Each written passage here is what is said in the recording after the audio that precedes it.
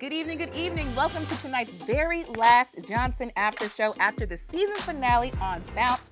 I'm your host, Danny Canada, and I have all the Johnson men here with me. Thomas Q. Jones, Deji LeRae, Philip Smithy, and Derek Brady. How y'all doing? Awesome. We made it. We made it to the finale. What a ride. Now, if you're watching this and you have not seen the latest episode, make sure you download Brown Sugar to get caught up and then come back and chat with us because we're going to be spilling all the tea tonight.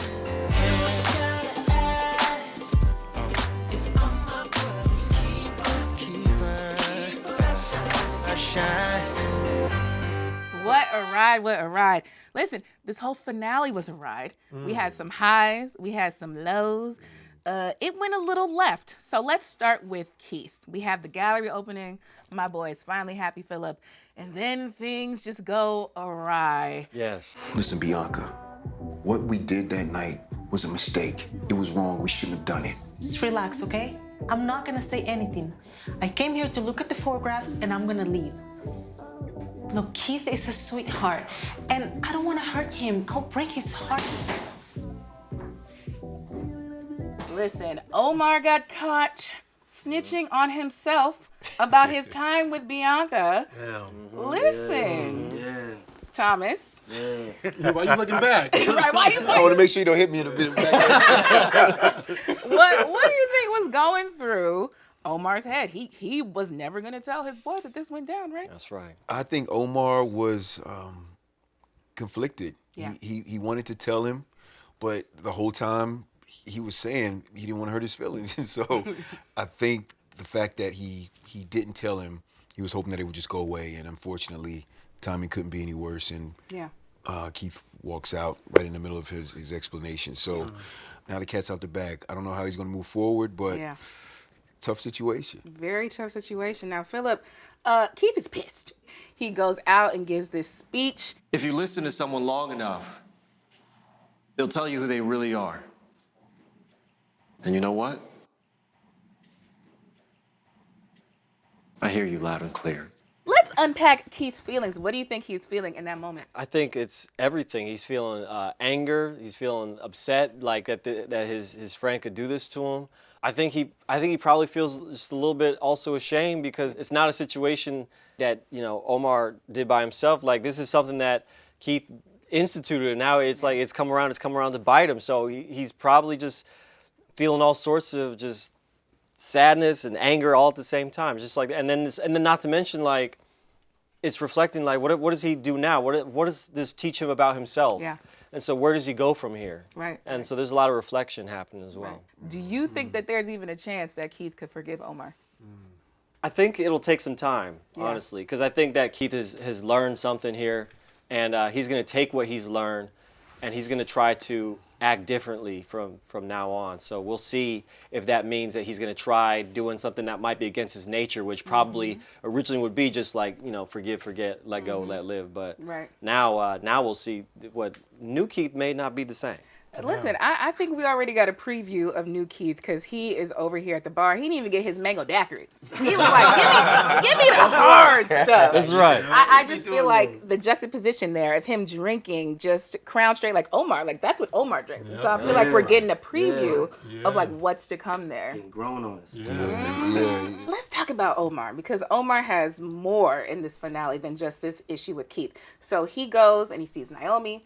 Custody agreement is in full swing, and they share a moment in the kitchen, and we learned that Naomi was struggling with postpartum prior to the divorce.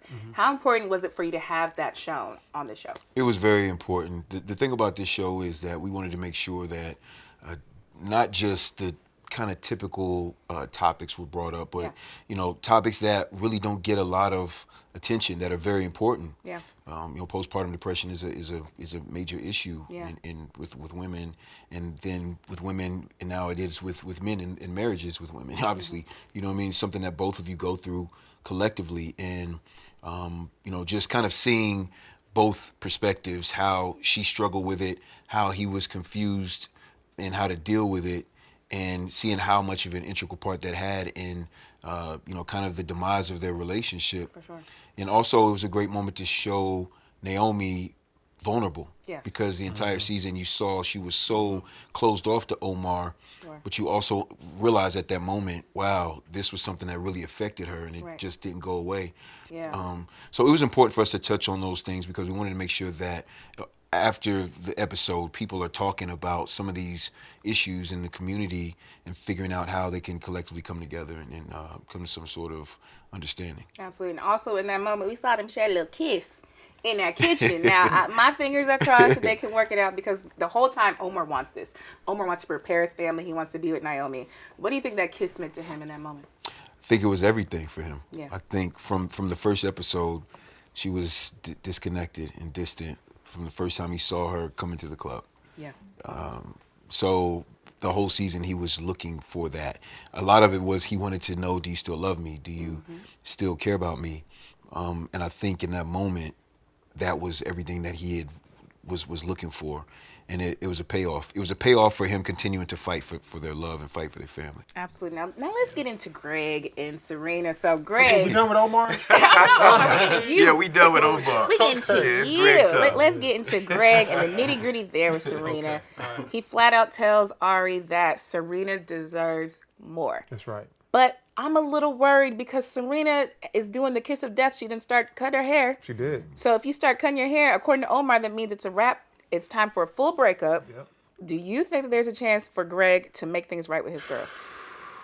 I mean, Omar has been wrong before. Here and there. He has been wrong before. Here and there. Here and But yeah, it's very symbolic. It's very finite. Yeah. You know, it just really symbolizes that it's the end. But I think that's what could potentially make the challenge that Greg, if Greg moves in that direction to try to win her love back, that much more high stakes and that much stronger to know that she's really done. Absolutely. What do you think Ari is thinking in this moment? Is she done? Is she fine with the closure? What do you think is going through her mind? I think Ari's personality is that she's never done. You know, I mean, I don't know if that's the case, you know, in the future, but she didn't seem too convinced. So we'll see. Okay. Derek's Jarvis. Jarvis is at this gallery. He's having a good time, throwing back some drinks. Feeling good. Feeling good, right? He decides to go home with his wife, and he gets pulled over by the police. And things go all the way left. He thought the black police officer was his homeboy. Did not turn out that way at all. Man, let's talk about that scene because that was a powerful scene. Thank you. Yeah. It was an incredible scene, by the way, man. Just Yeah. like you, bro, like young Denzel right here, right? Okay. Yeah. Okay. Body that scene. Hey, thank you, fellas. That scene. I was really afraid of that scene, actually, but I thought it was important. I thought it was awesome that it was in there. I thought it was so important so that it could show a different angle for some people of how this could actually get from here to there. Yeah. In an innocent way, it could just go that quick. Right. But for Jarvis, he really was confused because he's like, "I'm not driving. Yeah. What do you need my ID for?" Right. You know. But yeah, it was definitely a heavy, powerful moment. It took me a couple of days to get out of that. Wow. Because we really went there. So yeah. Do you think Jarvis kind of felt that he was safe in that moment because he's like, I have the status, I'm Jarvis, I'm fine, I'm talking to the black cop, you know, nothing's gonna happen to me. Do you think he got a little too comfy? You know what it is? I think Jarvis's environment just didn't see any conflict like that. Like, I think, being an owner of his company, I think that his environment where he lives, he just doesn't see this type of scenario. So in his head, he really didn't think that this still even happens. For sure. And his brothers have been trying to tell Jarvis, like, this is how life is. Yeah. And I'm kind of like, I don't really know if it's like that anymore because for the last 10, 15 years, he's been successful. He hasn't seen any of that. Yeah. So it was an eye-opener for him. And I love how this scene kind of put a button on Jarvis and Greg's relationship because when no one else was picking up the phone, he turned to Greg. Can you talk about the importance of him having to rely on his brother who he previously had beef with? Yeah, I mean, obviously it's very symbolic, starting the journey out from episode 1. Yeah. And them having this little rift in their relationship, this conflict, and then to end up having Greg be the only one who answers the call. Yeah. Not to say that, Omar and Keith wouldn't be there for their friend. Obviously, they're going through their own issues, but it just so happens Greg answers the phone, in probably Jarvis's lowest point in his entire life. So I think it's just a testament to just not giving up on friendship. For sure. You know what I'm saying? Not throwing the whole person away. That's what we do these days. Is just throw the whole person away. You know what I'm Right. saying? You just never know when you're gonna need somebody. You know what I'm Yeah. saying? You just got to keep that in the forefront of your mind. For sure. Now, also in this finale, we saw Omar go to the bar, and he definitely saw Keith there. He decided not even to speak. So what does this mean? Like, Omar, I was expecting him to go over there and face it, take it like a man, but he was just like, I'm gonna just head out. Wait, you were there?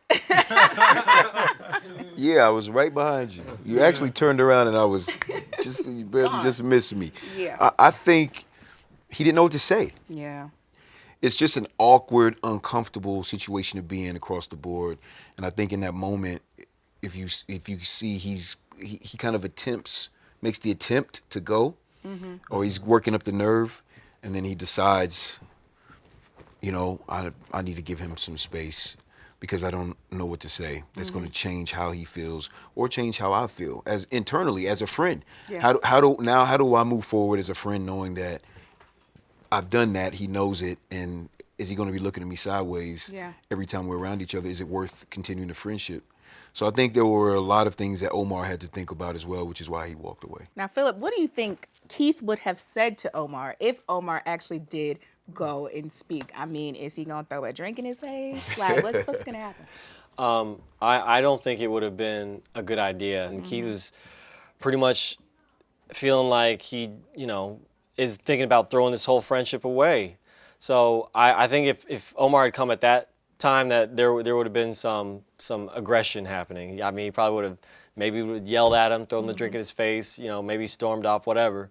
I don't know if Keith would try to fight Omar because look at him, but I don't. But you never know. I mean, maybe he's been studying kung fu this whole time, and he's just. Could have been. So I don't think he would have. I don't think that would have gone well. Right. So it was probably for the best. Yeah, I don't think that would have worked. So, Deji and Thomas, so we have a lot of open ends on this show. So it's only right that we get a season 2, obviously. So if and when, I'm gonna say when, we get a season 2, like, what can we expect? You have to get to know these characters. Yeah. You got to understand their intention, what their objectives are in life, But season 2, I think with any show, you just get the opportunity to just raise the stakes even more. This season was incredible, but just step everything up in terms of, the relationships and just their objectives. So, there's a lot of open ends, like you said. You have Omar and Naomi who are seemingly on a road to some sort of resolution, but who knows? I mean, that could end as well before it even starts, So it's a lot of places where this can go. But we just want to continue to be honest in the conversation. We want to continue to, make people understand what men are thinking and why we act the way that we act and say the things that we say. Right. Definitely. I totally agree with Deji, as well as keeping the conversations going. And I think, to be honest, being black is a pretty specific experience. Absolutely. And being a black man is definitely a specific experience. So I think season 2 will just play itself out based off of how our lives go on a day-to-day basis. And that's the beautiful thing about a show like Johnson. We get a chance, like I said, to be honest and be truthful, and also, bring people into our world. So season 2 is gonna continue to get better because, as black men, as we continue to push our narratives and be honest and truthful, I think it's gonna open up the doors for a lot of people to really show us a little bit more respect and appreciate what we bring to the table. Philip, where do you hope to see Keith in season 2? I have high hopes for my boy. I have high hopes for Keith. I hope that He hopes that he's in season 2. I hope that I'm in season we got to start there. Start there, and then we'll build from there. Because he could just leave town or He something. could be gone. Yeah. He might be, in a yurt somewhere.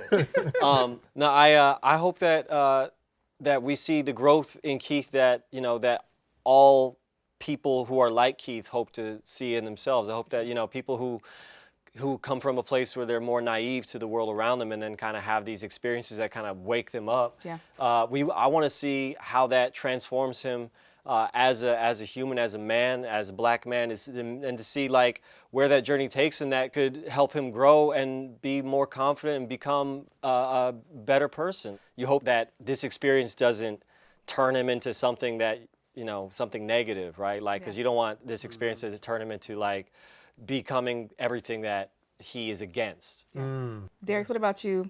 Final thoughts on Jarvis and where you would like to see him in season 2? I would like to see him just giving back more to the community, making sure he is trying to figure out how he can help his community rise up. It's not just about his commissions. Being married for a while, he's going to be thinking about legacy. He's going to be thinking about where this brotherhood is with this whole thing that just happened. And I would like to see what's going to be the connection and the reconciliation with Greg and Jarvis as well, because him coming through for him, that was a moment. Absolutely, absolutely. Well, fellas, it has been amazing. Congratulations on your first of many seasons of Johnson. It's been a pleasure. Thomas P. Jones, Deji LeRae, Philip Smithy, and Derek Brady. Thank you guys so much. Danny Canada. Beautiful and talented Danny Canada. Thank you.